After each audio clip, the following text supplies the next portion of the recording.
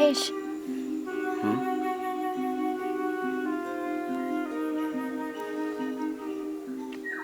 මගේ ජීවිතේ අම්මා තාත්තා කියන දෙන්නගේම සෙනෙහස මට කවදාවත් ලැබිලා නැහැ.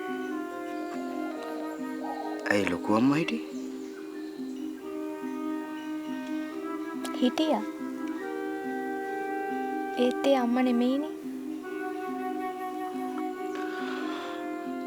මං ඔයාගෙන් දෙයක් අහන්නම් ඇත්තම කියනවාද? අහන්න.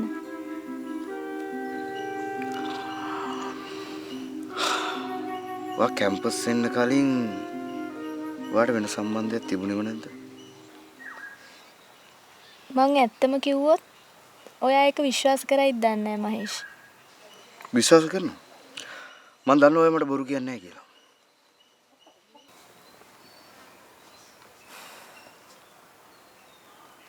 ඔයා හම්බ වෙන්න කලින් පිරිමි ගැන තිබ්බේ මට වෛරයක්. ඒ වගේ අම්මා දැන් ජීවත් වෙන මිනිස්සයා හින්දාද? ඒ මං වෛර කරන එක පිරිමියෙක් විතරයි මහේෂ්.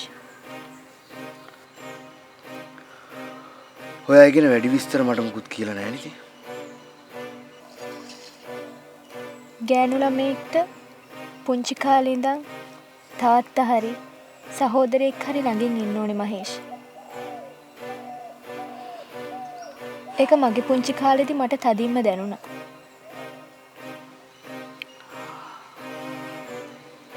ඔයාගේ යාළුවෝ දිහා බලනකොටද? ඔව්. එයාලගේ ළඟින් ඉන්න එයාලා ගැන හොයලා බලන්න කෙනෙක් එයාලට හිටියා. එතකොට ඔයා ඇයි මට කැමති වුනේ? මං ඔයාට කැමති වුණේ නෑ. මං ඔයාට ඉඩ දුන්නා.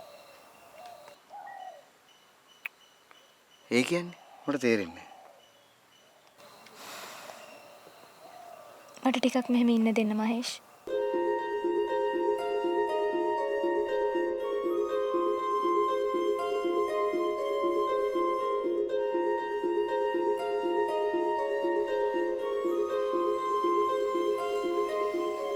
පුළුවන් නම් මගේ නළල ටිකක් එඹින්න.